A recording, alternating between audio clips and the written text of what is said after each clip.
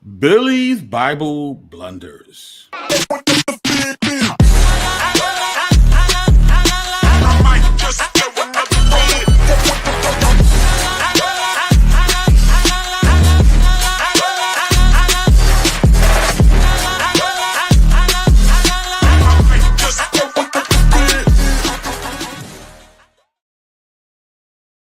Yeah, what's going on, party people in the place to be? I go by the name of the BK Apologist, transmitting all the way live. New York is the city, Brooklyn is the borough. What's good? What's popping? Happy Saturday to each and everybody.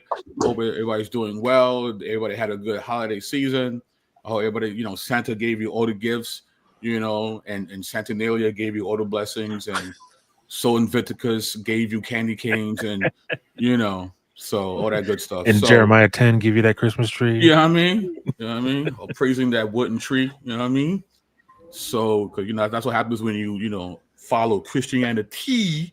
So, you know what I mean? So we gotta say what's up to the party people in the chat. We got Bodega Lady, Michelle Turner on the check-in. We got LMBO quote, I almost died. I love Billy Carson. Emmanuel Adama is here. And of course, as always, if you have not yet already, please like, share, and subscribe. Please share this link with your friend, and then tell the other friend, and then tell the other friend that BK's back on it again. And if you like how BK be on it, you could please show your appreciation via the PayPal. The link is tagged pinned on top of the chat. Or if you'd like to be a monthly supporter of BK, you could become a Patreon. We get an assortment of goodies to enhance your personal Bible study. We got Chris Gibson in the house. What's going on? What's going on? Yes. So we got some good peoples in the panel today. The best and the brightest the UA has to offer. And of course, yes, you, sir. You and the Burgundy Kango. Yes, I'm talking to you, sir. Of course, we have Defeats the Enemy. What's going on? Nidosha. I'm coming to you from the lands of the Anishinaabe and the Potawatomi, now known as southeastern Michigan. My name is Defeats the Enemy. Great to be here, hanging out with my eternal family. Just got the opportunity to hang out with Apologist in Detroit in person. Got to break bread and fling around some golf balls. So yeah, it was a dope night. So yeah, nice. What's funny? It's Ahagadesh, right? Maya Hagadesh. Yeah. Maya Hagadesh. Yeah. It's funny, right? You give us the actual name of the land, and then when you say Michigan, it's kind of like, like it kind of loses some luster. You know what I mean? It's like it's not the same. I'm like, yeah. You know what I mean? But it's always good to have you, sir. And of course, we have Dr. Doom himself, the mayor of Detroit, Apologist in Detroit. What's going on, sir? Yeah. Hey, man, I just came back through my Stargate right here, where I was talking to some Anunnakis. Right. And they put me up on game, so I came prepared tonight, man. They was like, Chris, this really what happened. Billy only got half the story. So let me tell you what happened. That's right. So me, Tilk, and Sergeant, we all got back just a few minutes ago. That's amazing. So yeah, I mean, is it like when you're on the airplane that you have jet lag? Do you have like quantum lag or something like that? I mean, oh man, it's like great. It makes you feel great. It's almost euphoric. It's almost like taking some mushrooms. Oh wow, okay. It is like taking. Watch somebody clip that now. Urban Apologists take mushrooms. On shrooms. More at 10. Oh man. So Michelle says I too am an Anunnaki. Well, hey, you learn something new every day, That's right. Let me give you the real. Hey, let me give you the real story. Billy be making stuff up. I'm gonna tell you what they really did. Firsthand.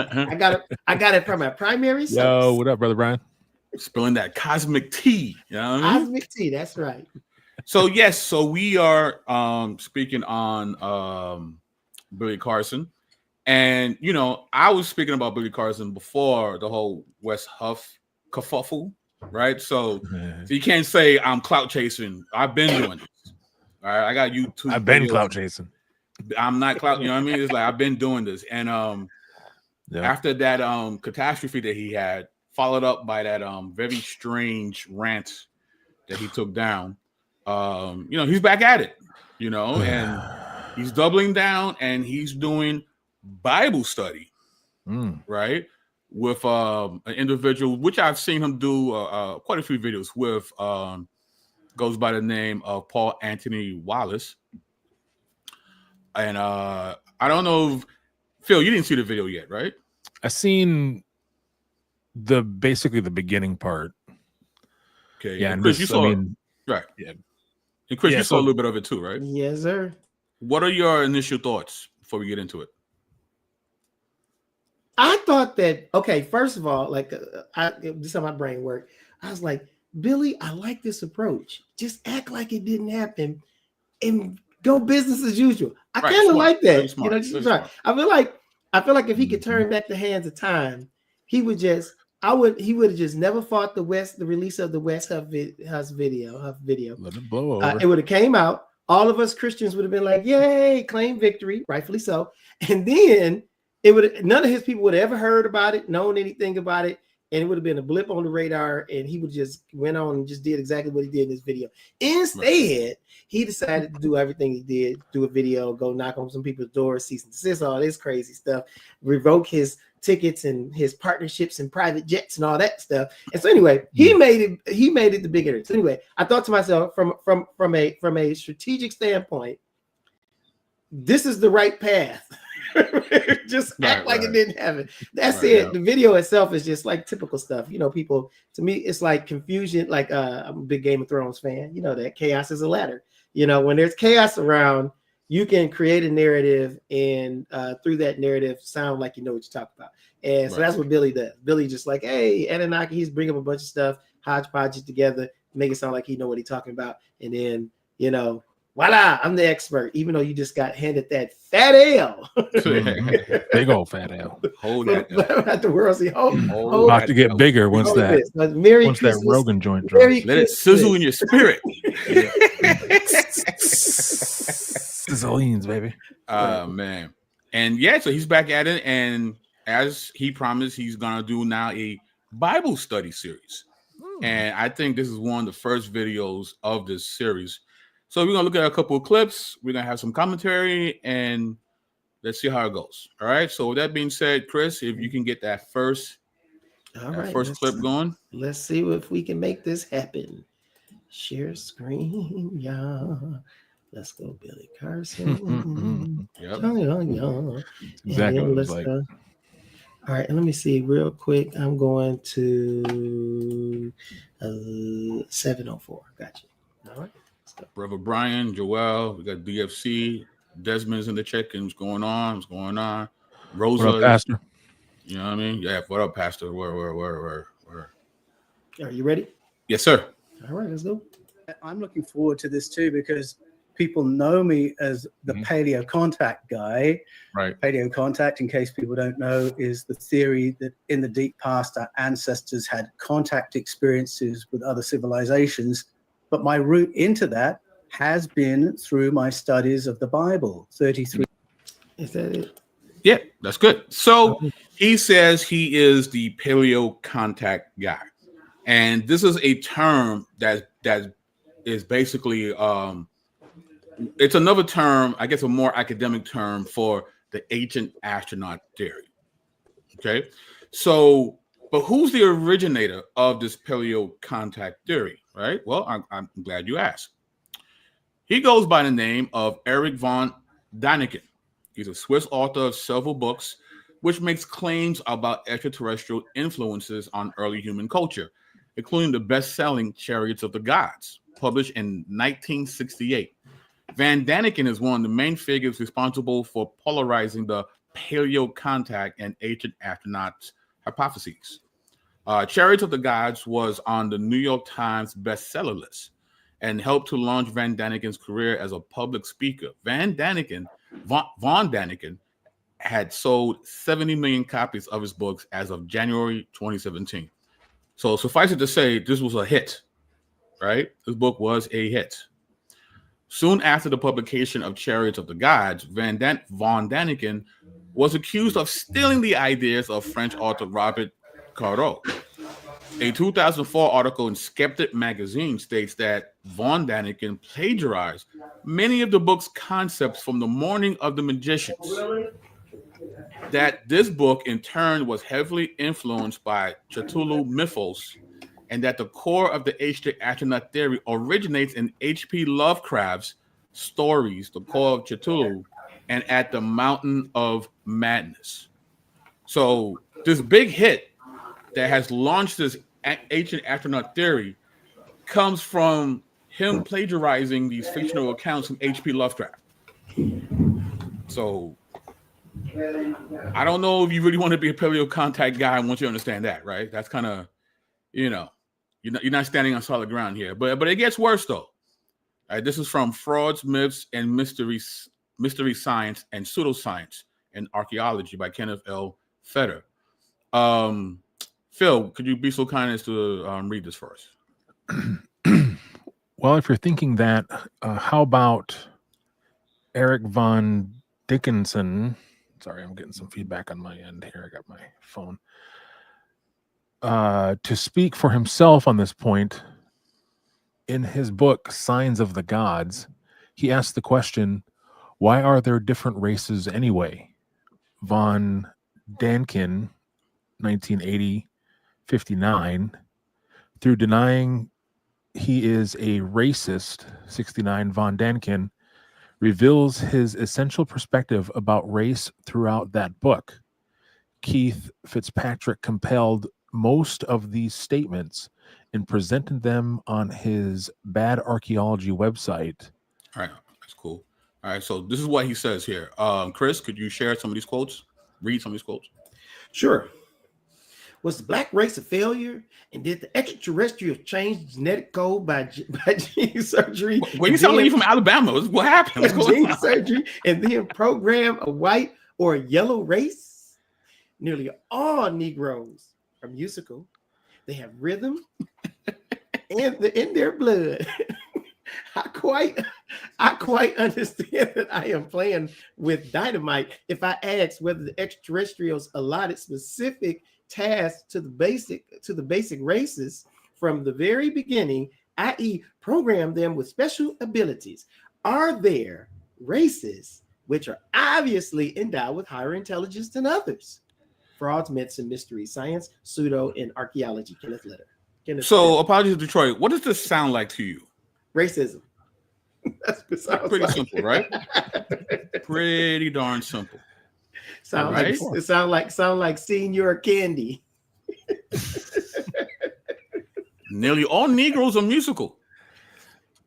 Dang, some stereotyping going on. That was a Django Unchained reference for those who didn't know. Remember, he holds the skull up. He goes, "They got that tiny part of the skull right there." But again, right? He's using this paleo-contact theory that he cobbled together by plagiarizing other fictional stories, and he's using it to contextualize his prejudice. Mm-hmm. Now, I'm not saying that Mr. Wallis is also racist. I'm not saying that at all. But if you are claiming to be part of this movement of paleo-contact, you might want to publicly distance yourself from Mr. Von Daniken when it comes to this. I just think it'd be smart because you're claiming to be a part of this, right? And the origin of this is plagiarizing fictional accounts and taking those accounts to contextualize a prejudice towards all Negroes or nearly all Negroes, right? So something to be mindful of. Phil, you want to share a few things about this before we continue? Let's just continue. There's nothing more to see here. Paleontologists were some great people. They're wonderful people. The best. The best. Let's get to the next clip. Okay. All right, here we go. Forgot to ruffle flowers. All right, here we go. And boop. And that's right. Billy Carson. Here we go. Let's go. I'm not an expert in biblical text, and I don't pretend to be. I make wait, what did he say? I know that's the same thing. I want to stop it right there. Like, wait a minute, that's the clip. That's the clip. That's the clip right there. Okay, we'll get to that. We'll get to that. Start from the beginning. Start from the beginning. Okay. Where were we going? It was 8:40. It was 8:14. That's what it was. 8:15. There we go. Start again. No, I'm not an expert in biblical text. I don't pretend to be. I make statements or theories or ideas about what I've seen and what I perceive to understand in text and a lot of the religious texts, and comparing it to a lot of the ancient texts. One thing that I found, and you can tell me if I'm on the right or wrong path, is I found that there seems to be a lot of incredible parallels between ancient text and biblical text. I see stories kind of being extremely similar in certain areas where it seems as if, since these ancient texts were a little bit older than the biblical text, it seems as if some of it was somehow copied or rewritten or reinterpreted and put into some of the newer text. Well, this is something that every pastor learns when they go to seminary or theological college. I did my theology degree at the University of Nottingham, and you were confronted. All right. So there was a man from Nottingham who tried to cross the river. Wow. So yeah, so he said something very interesting in the beginning, right? Billy says that he is not an expert. Uh-oh. Which is not what we've heard from him for the past few years.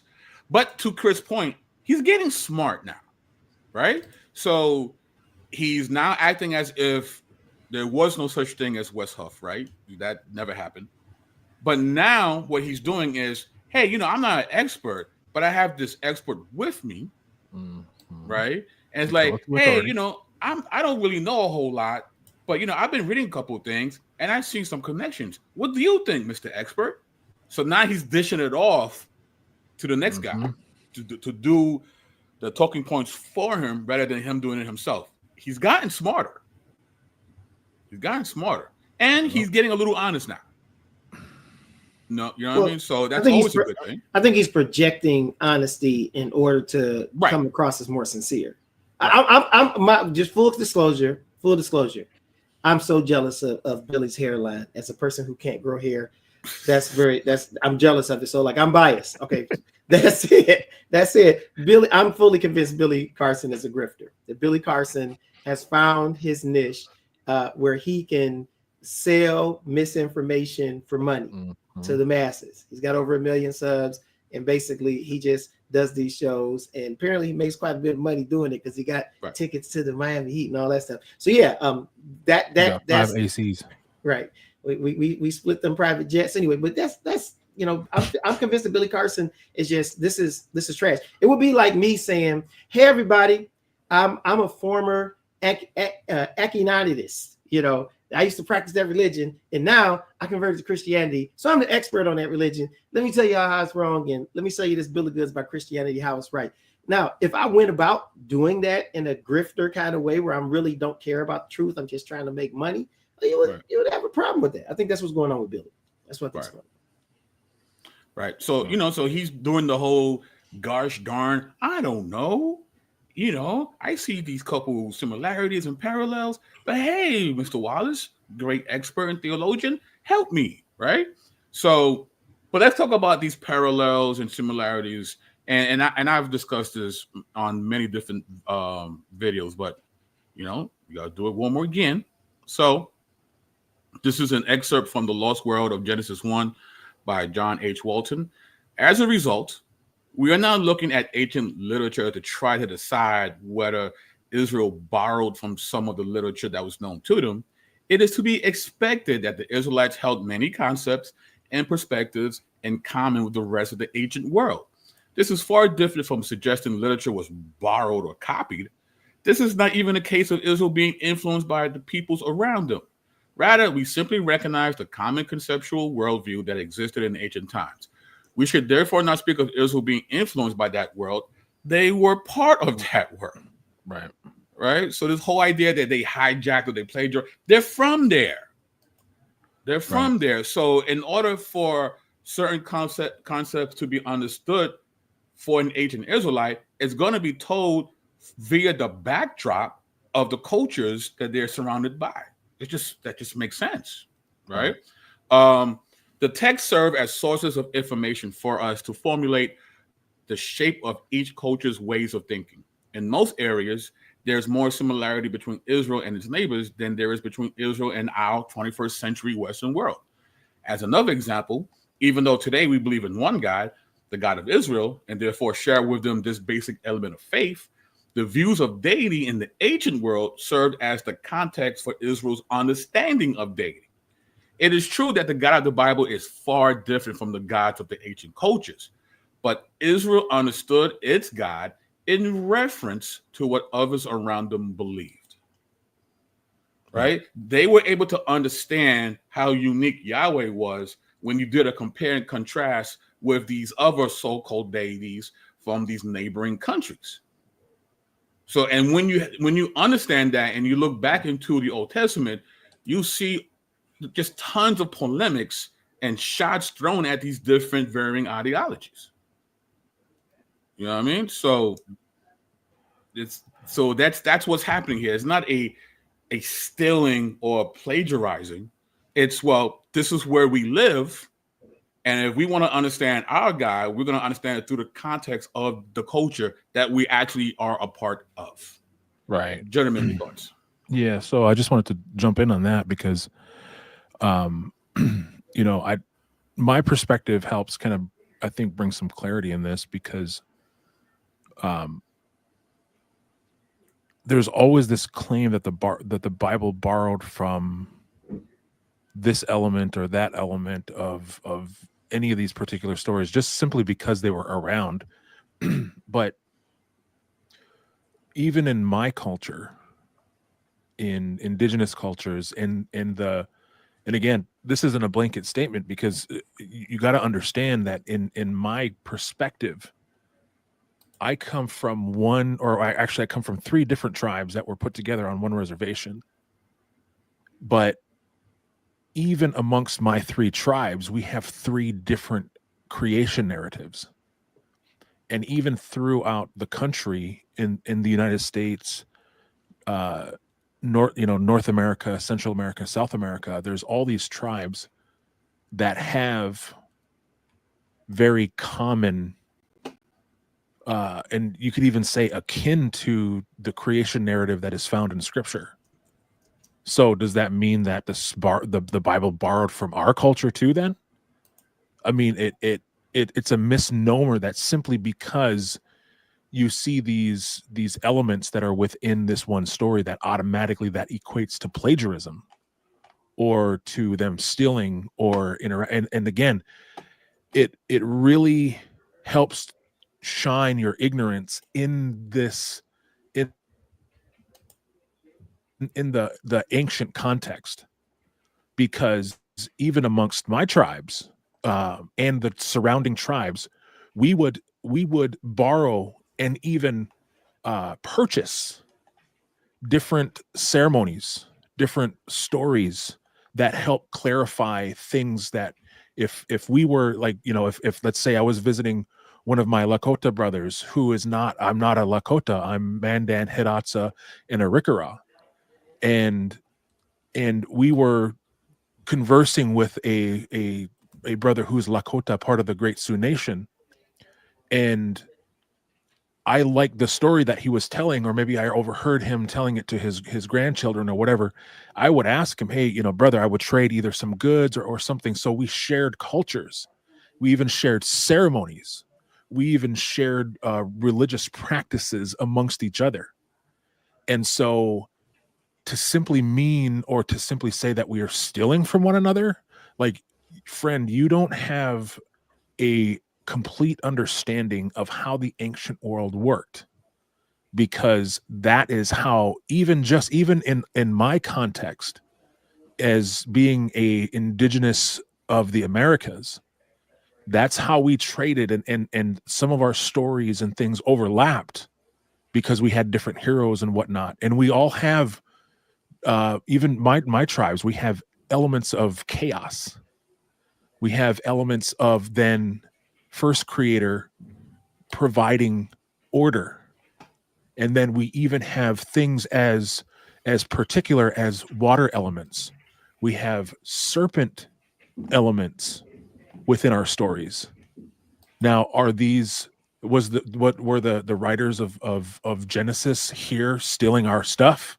I think so. Maybe that's what it is. No, that's stupidity. That just the coincidence in those. But again, I think that shows that yes, for one, there was obviously man, right, and God, supreme God. So I mean, again, like your understanding and the way you're trying to frame how ancient things were done, you're completely thinking about it in a modern context. Right. So I just wanted to add that piece because I thought it would help at least give another angle and perspective as to how these things were done in the ancient context. Man, that was great. Apologist, Detroit, you want to add on to that, or? Yeah, I had a quick note that, like, just logically speaking, there, like, as even though it might not be very common, there are times where there are things that are eerily similar. Think about the similarities between Lincoln and Kennedy. Both of them was elected to Congress in 46, and one in 1846, the other one 1946, 100 years apart. In 60, each one of them was elected as president. They were both assassinated. They both wife lost a child while they were in office. There's like 16, 17 different similarities between the two presidents, and they're 100 years apart.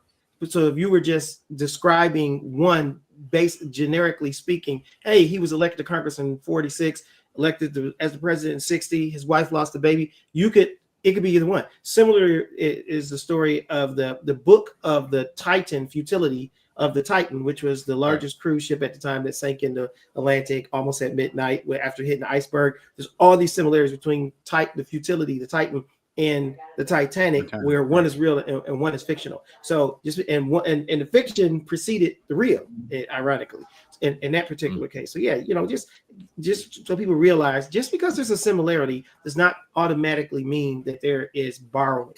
Sometimes they're just coincidences. Sometimes it is, hey, we all live and swim in the same world and have very similar fundamental structures in the way we're thinking. Sometimes it's a true history that's turned into legend the further it gets away from that time that it transpired. And so different people groups may tell the story differently because it sources back to an original story. So, just because it has similarities and one precedes the other does not mean that it's automatically one borrowed from the other. That's it. True indeed. And he also makes mention of the fact that, they found like these ancient stories from like Babylon, Mesopotamia, that predate a lot of the manuscripts of the Bible. And he's trying to infer that because of that, there seems to be an issue with the biblical narratives in contrast to these recently found ancient, Babylonian and Mesopotamian texts. Now, the original argument for that, right, comes from a gentleman by the name of Friedrich Delitzsch. Right, he was a German Apologist. He was the son of Lutheran theologian Franz Delitzsch. Born in Ilgen, he studied in Leipzig and Berlin, gaining his habilitation in 1874 as a lecturer of Semitic languages and archaeology in Leipzig. In 1885, he became a full professor at Leipzig, afterwards serving as a professor at the University of Breslau in Berlin. He was co-founder of the German Oriental Society and director of the Near Eastern Department of Royal Museums. Apologist, Detroit, can you mute your mic? Yeah, apologies. Cool. On January 13th, which happens to be my birthday, 1902, amid the dazzling surroundings of Berlin's famed music academy, the 51-year-old German scholar gave a lecture on Babylonia and the Bible that was so controversial, the speaker became an overnight sensation. His impressive audience included not only the German intelligentsia, but also the German emperor. Kaiser Wilhelm II was so impressed with Delitzsch's lecture that he invited him to repeat it for the empress 2 weeks later at the royal palace. The lecture had been hyped as a landmark event in which Delitzsch would shed new light on the Hebrew scriptures using recent spectacular discoveries from excavations in Babylonia, including the law code of King Hammurabi, which had been discovered only the previous year. Delitzsch turned the tables on his audience, however. Instead of calling his lecture The Bible and Babylonia, he called it Babylonia and the Bible, thereby giving preeminence to Babylonia over the Bible. His thesis was even more shocking. Babylonian religion and culture were not only older than that of the Israelites, but superior too. In a series of 3 lectures under the same title held between 1902 and 1904, Delitzsch expanded on his thesis. The Sabbath had its origins in Babylonian ethics. The Lord's sacred name, Yahweh, appeared first in Babylonian texts, and Israelite monotheism was a lesser and later expression of a more noble Babylonian concept. Some of us have heard these talking points before in the campus community. This is where they gained it from. Later, Delitzsch even recommended that the Old Testament be excised from the Bibles of German Christians. In the 20th century, Delitzsch's lectures have come under close scrutiny, and most of what he argued must, in the opinion of virtually all scholars, be discarded. But at the centennial of Delitzsch's first lecture, it is still valuable to revisit his lectures and the debate they caused in order to illustrate how biases and preconceived convictions sometimes affect the conclusions of Bible scholars. In retrospect, it is easy to identify the extreme German nationalism and anti-Semitism that informed Delitzsch's lectures. The so-called Old Testament this is a quote from him, is entirely dispensable for the Christian church, and thereby also for the Christian family. It would be a great deal better for us to immerse ourselves from time to time in the deep thoughts which our German intellectual heroes have thought concerning God, eternity, and immorality. So the reason why he made Babylonia more superior, because he had an axe to grind with the Jewish people. Okay. Perhaps the most shocking of all his suggestion that Jesus himself was not Jewish, but Babylonian and probably part Aryan. Since the Aryan Babylonians had settled Samaria and Galilee, this suggestion becomes a conviction later in Delitzsch's life, where he argued that Jewish was a Jewish proselyte rather than a Jew. His Galilean origins meant Jesus was not Semitic at all, but Babylonian and at least part Aryan, right? So let me stop there for a minute. So this idea of, because these other manuscripts they found are older than the biblical manuscripts, somehow trumps the biblical manuscripts. But the reason why he was even saying that is because he had a nefarious agenda. He wanted to discredit and remove any Jewish and Semitic influence from Christianity. And he wanted Christianity to be more in line with his German nationalism. Right? So again, not saying that Mr. Wallis has nationalist tendencies. I don't know the man. But the people who engage in this kind of, wayward scholarship have an axe to grind, right? It's not that they're not being just honest with, well, this is what the data is leading me to. You know what I mean? It's like they seem to have this thing about, they want to discredit. They want to discredit. Not that they found information to discredit, right? And whether it be the racism of Daniken or the nationalism of Delitzsch, right? There's some interesting connections here with people, with their critiques about scripture. Now, before I continue, you guys want to say anything? You good? All Killed it. I'm just giving you guys some backdrop. Like, Billy Carson and Mr. Wallis, they're not the originators of these talking points. So I'm giving you some history here. Another thing that was pretty big in what the conscious community would use as their talking points against Christianity would come from this idea was really expanded by Sir James Frazer and his heavily influential The Golden Ball, A Study in Comparative Religion, originally published in 2 volumes in 1890 and eventually expanded to 12 volumes in its third edition, published 1906 to 1915.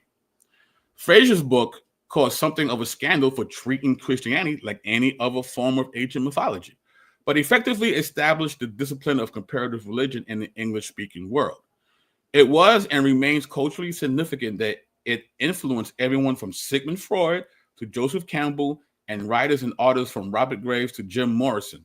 This is despite the fact that modern scholars find much of Fraser's arguments unconvincing. Right? So the whole idea of, Christianity is a ripoff of like ancient Kemetic religion or Babylonian religion. You hear a lot of these guys with YouTube videos saying these talking points. Well, they're getting it from stuff like this, the Golden Ball. They're getting it from Friedrich Delitzsch, Van Daniken, So, and I don't know if they're even aware.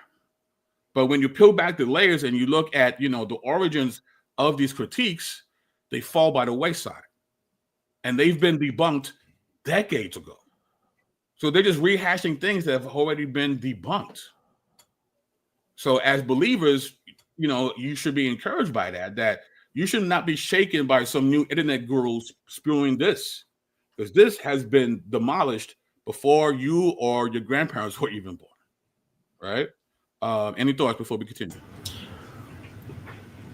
Next time I see a Mesopotamian conscious person and a Kemetic conscious person, I'm gonna say, y'all go over there and fight over who we stole it from, and then we'll fight the winner. Go ahead, Phil. Man, crazy. So I was just gonna say that. I mean, it again, like scripture reigns true again. I mean, there's nothing new under the sun.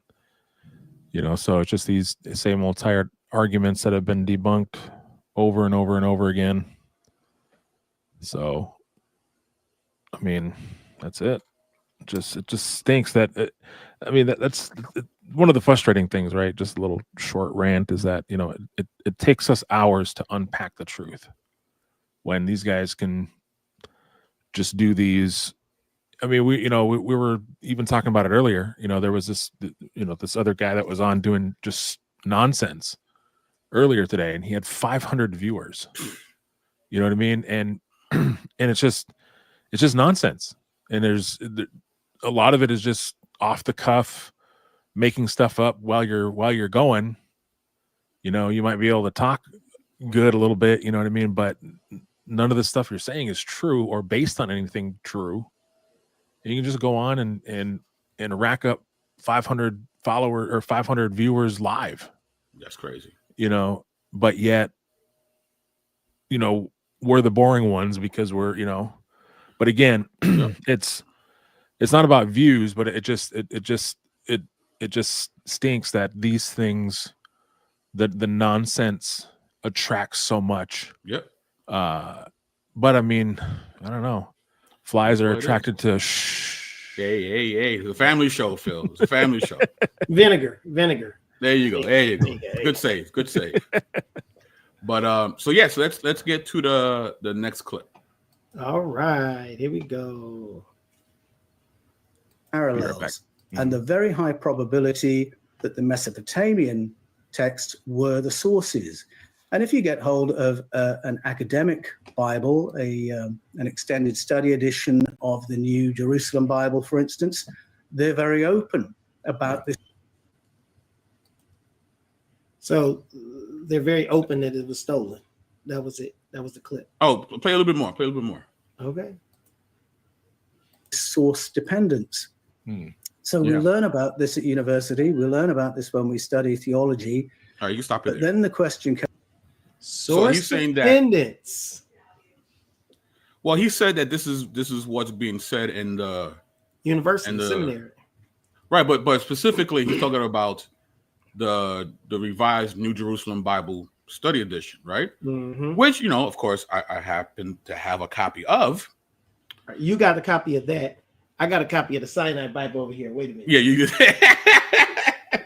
the infamous Sinai Bible. So what does it say here, right? This is from the Revised New Edition Jerusalem Bible Study. Actually, Phil, you have the honors.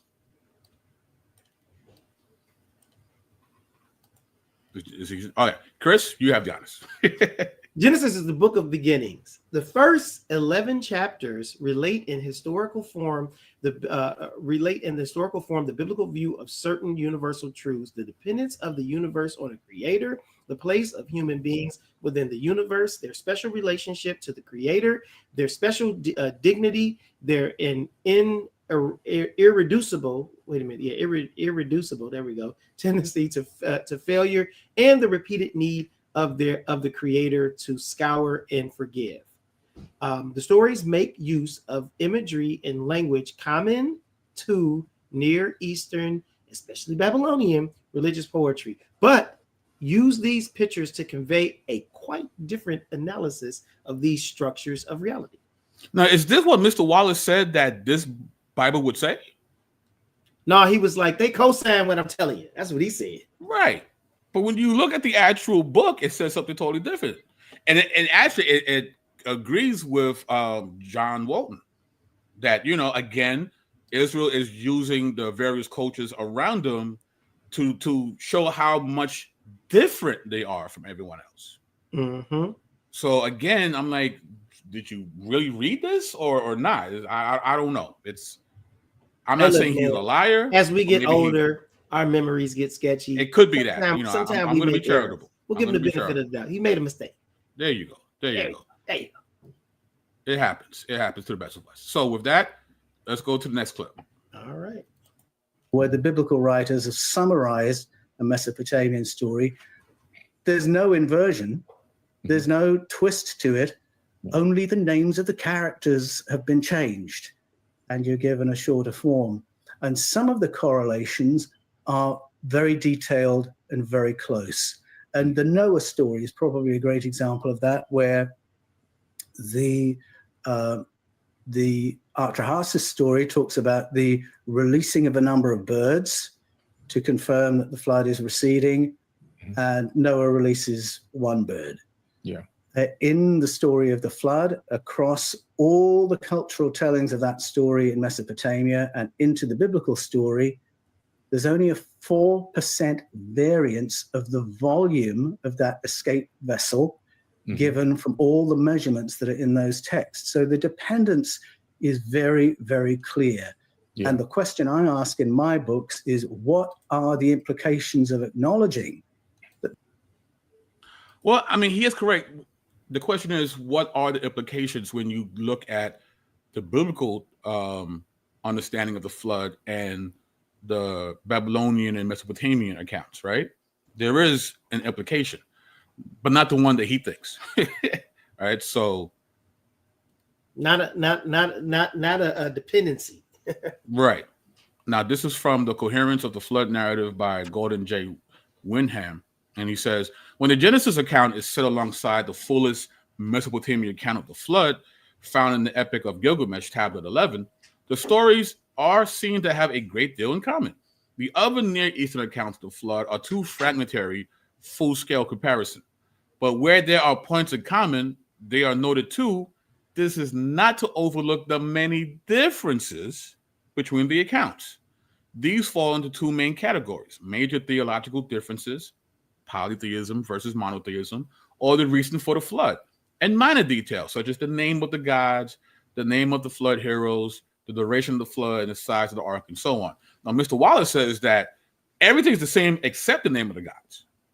But as we're going to see, that's far from the truth. Right? The role and status of deity. The gods are first resolute when the decree is made, then terrified when the storm is raging, then bitter and full of regret at the result, and finally indignant at Enlil, who was blamed as the responsible party and made a scapegoat for the debacle. Enlil is portrayed as short-sighted bully who's easily outwitted. Does this sound like the biblical account of the flood so far? Okay. He blusters so predictably that he is an easy target for the KG Inky. The latter is so shrewd and glib that he can talk circles around Enlil, turning what begins as his own trial for circumventing the oath of silence into a challenging denunciation against Enlil for incompetence in one of his principal areas of responsibility. Yeah, that's exactly like the flood narrative in the Bible, right? Yeah. That's word for word. Word for word. And that's part of the problem, right? is that when they're presenting this material, like, yes, there could be spots that obviously could be comparison, but what they're not, or what they're just magically omitting, is that there's these wide chasms of differences. Yes. And they're presenting the material as if, oh my goodness, if you read them side by side, you just absolutely wouldn't miss it. But when even go back to the quote unquote debate or discussion, whatever it's called, between Wes Huff and Carson, like, listen to when Carson starts to talk about this, I don't remember how to pronounce it, the Emil Glesch or whatever the heck it's called. Yeah, but how he start to that, and so he start talking about, oh well, you know, there's he made one comparison, and then he also borrowed from what Wes gave him, but he started talking about, oh, and then they did this orbit into the asteroid belt, and then something passed very close to one of the planets, which is why the tilt on his axis and all this. Like, he got into all this completely random stuff, right, which was nothing even close to a Genesis account. But the way that they paint it when they're presenting it in these audiences, it's as if, like, oh my goodness, it's astounding that when you look at these things side by side, oh my gosh, it's just uncanny that they're so close in narrative. But fam, like, that's such dishonest. It's a dishonest way to present the material. Yep. And it's an actual, I would call it, it's an actual lie. It's a lie, because you are being willfully dishonest about these two documents, this material. And when you go and you look at it, and that was the thing that Wes Huff pointed out, is that no, they're not a one-to-one correlation. They're not even close by comparison. Not at all. And again, going back to actually Mr. Walton and his talking about the flood from the dictionary of the Old Testament. He says this is far from the case when comparing the biblical account to the Mesopotamian versions. Second, an important distinction must be drawn between borrowing from literature and reacting to literature. If the biblical account is loaded with polemic, it must have a level of awareness of the Mesopotamian traditions. But the intention of the biblical narrator is not simply to offer a recension, or, as is more often suggested, to convert the story to a Yahwistic perspective. Polemic is far more aggressive than simple conversion.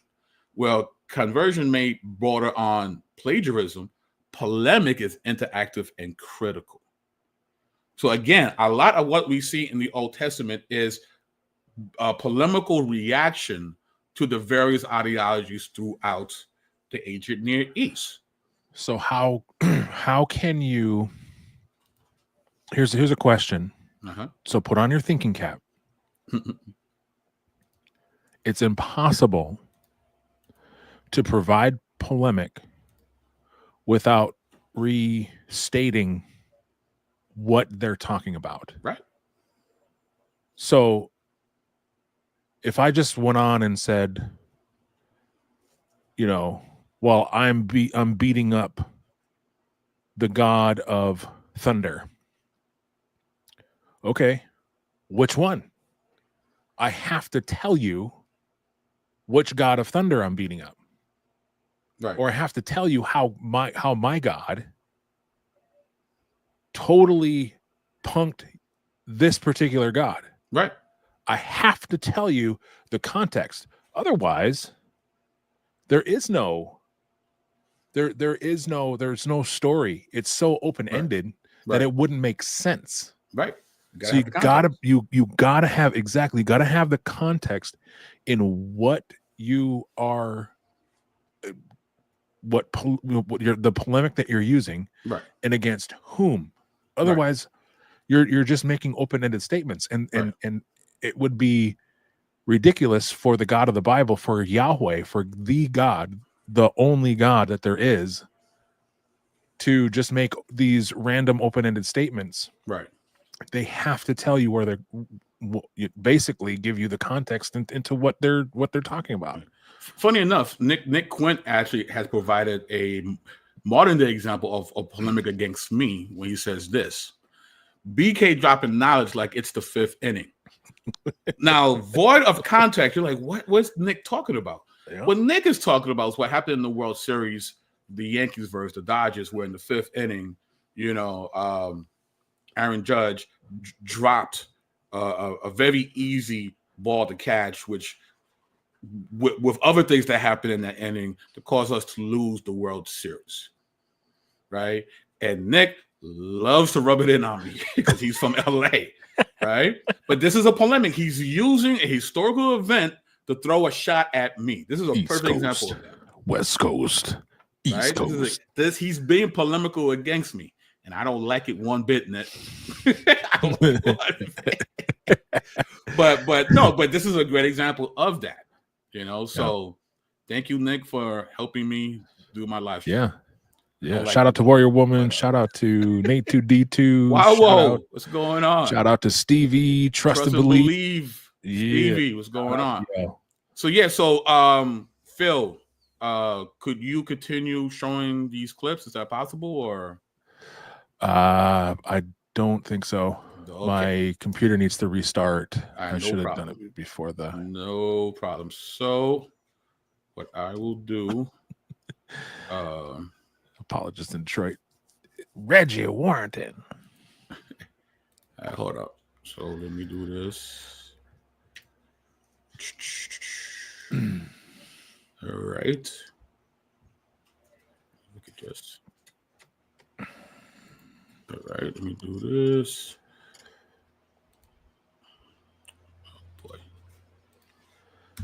Okay, talk to the people, Phil. Talk to the people. Talk to the people. Yeah. So that's where, we gotta make sure to just simply just put on your thinking caps. Because it's because of this, and it's because of the lack of people critically thinking, and also, we've gotten into a bad habit of not fact checking when we hear information. So we gotta keep these guys honest, and that goes for us, not just Billy Carson, but that goes for all of us.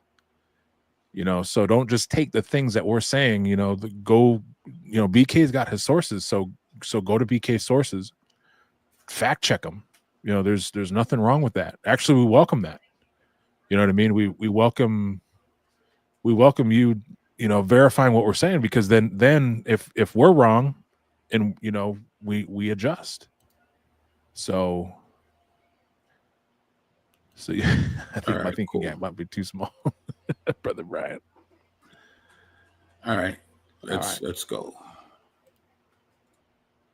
He follows the logic of those questions. Yeah, absolutely. I was going through the Enuma Elish and really combing through it up and down, inside and out.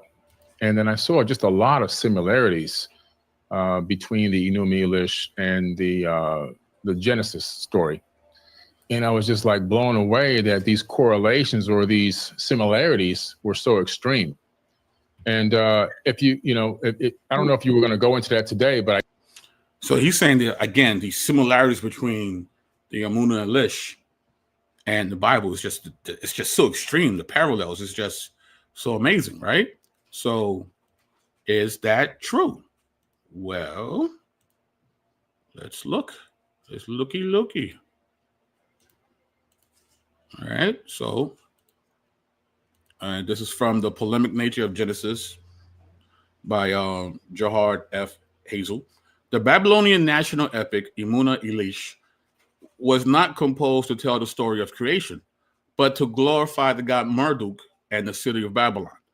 Opens by stating that at the first, nothing existed except the two personified principles, Apsu and Tiamat, the primeval sweet water and saltwater oceans, respectively. The Babylonians could thus conceive of a time when there was neither heaven nor earth, only primordial waters. But apparently, they could not conceive of a time when there was nothing whatever except a transcendental deity. Somehow they couldn't figure that out. After an elaborate theogony, in which the gods evolve from the two personified principles, and after Apsu has been subdued by Ea, we find Tiamat reigning unsubdued, opposed by and suppressing the gods she has begotten. At least one of them, Murdoch, becomes their champion, engages Tiamat in combat, and slays her. Does that sound like Genesis 1 to anyone? Just like it. So close. Word for word. I'm surprised that. My goodness. Right? So the concept of the personified Tiamat, the mythical antagonist of the creator god Marduk, is completely absent in the notion of Tehom in the Hebrew creation account. In Genesis 1, Tehom is clearly inanimate, a part of the cosmos, not the foe of God, but simply one section of the created world. It does not offer any resistance to God's creative activity. It is therefore unsustainable to speak of a demytholizing of a Babylonian mythical concept or the use of a mythical name in Genesis 1 to 37 to suggest that there is in Genesis 1, verse 2, the remnant of a latent conflict between a chaos monster and a creator god is to read into from mythology. To the contrary, the author of the Hebrew creation account uses the terms Tehom in a depersonalized and non-mythical sense. Tehom is nothing else but a passive, powerless, inanimate element in God's creation. Right? And the monolith, they're fighting the watery god of chaos. Is God fighting anybody in Genesis 1? Ladies and gentlemen? Anyone? Is he fighting the water? Or is the water simply doing its God's bidding? The water's just God just says and the water does. So apparently that God of chaos is so afraid of Yahweh that it just simply does what it's told. Right. So again, where's this extreme parallelism that Mr. Carson is speaking of? I don't get it.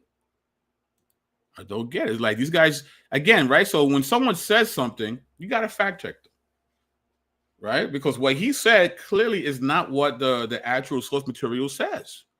The source material disagrees with Billy Carson and Mr. Wallis.